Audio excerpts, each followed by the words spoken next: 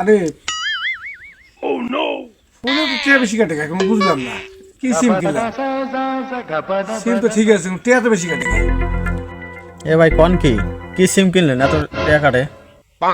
কি যা কোনো বুঝলাম না সিম কিনলাম টিয়া দিয়া 1 মিনিট কল করতে 5 টাকা কাটে এত টাকা লেগে বাসুম আমি কি সিম যে দিল কোম্পানি কোনো বুঝলাম না আরে যন্ত্রণা পড়লাম